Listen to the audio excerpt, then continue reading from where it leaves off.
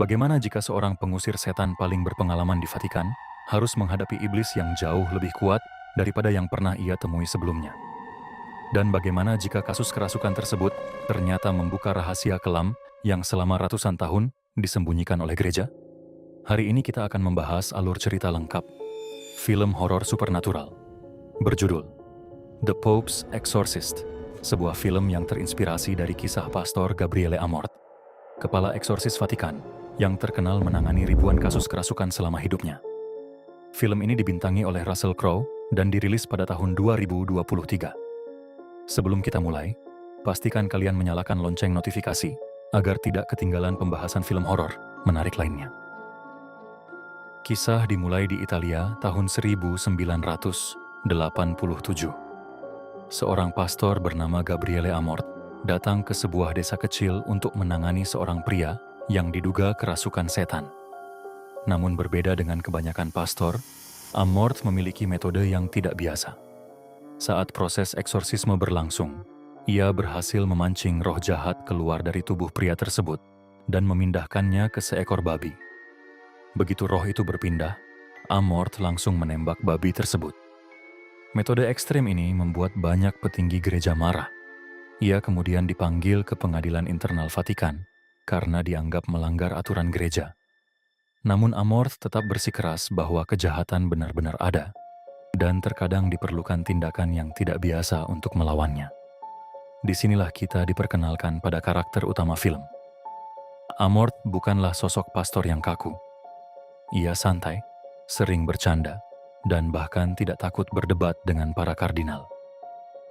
Di sisi lain, sebuah keluarga asal Amerika tiba di Spanyol. Mereka terdiri dari Julia, putrinya Amy, dan anak laki-lakinya Henry. Mereka baru saja kehilangan sosok ayah dalam kecelakaan mobil yang tragis. Warisan satu-satunya yang mereka terima adalah sebuah biara tua yang sangat besar dan sudah terbengkalai selama bertahun-tahun. Rencana mereka sederhana: merenovasi bangunan tersebut, lalu menjualnya. Namun sejak hari pertama, berbagai kejadian aneh mulai terjadi. Para pekerja renovasi mengalami kecelakaan misterius. Api muncul tanpa sebab yang jelas. Dan yang paling mengerikan, Henry mulai menunjukkan perilaku yang sangat aneh. Sejak kematian ayahnya, Henry tidak pernah berbicara lagi. Namun tiba-tiba suatu malam, bocah itu mulai berbicara dengan suara yang bukan miliknya. Tatapannya berubah. Perilakunya menjadi agresif.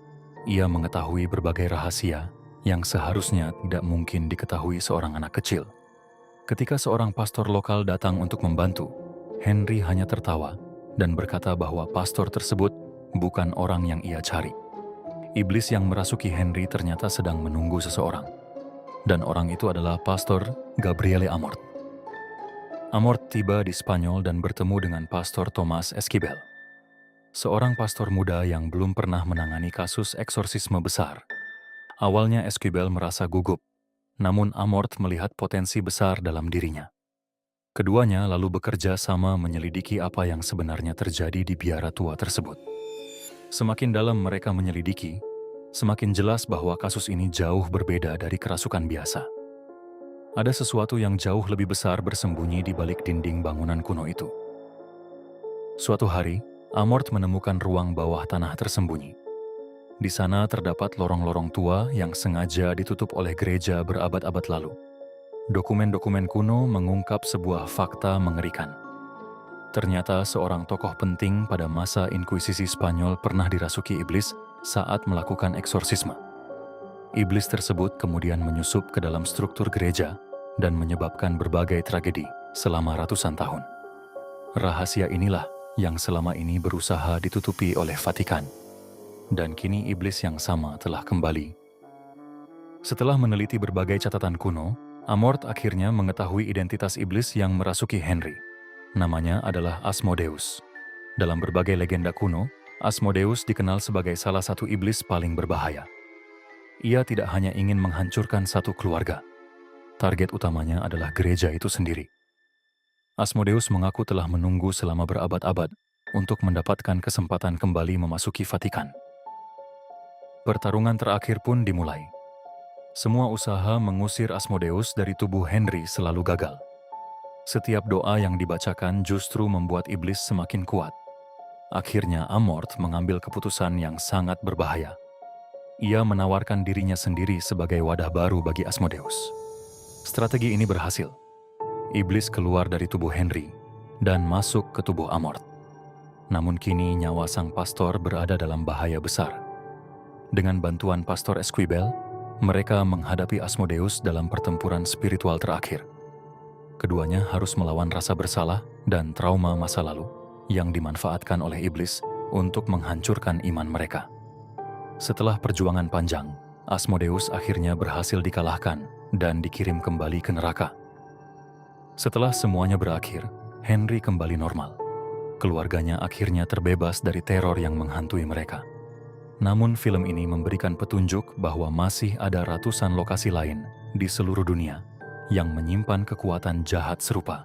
Amorth dan Esquibel kemudian ditugaskan untuk menyelidiki lokasi-lokasi tersebut, membuka kemungkinan petualangan baru di masa depan.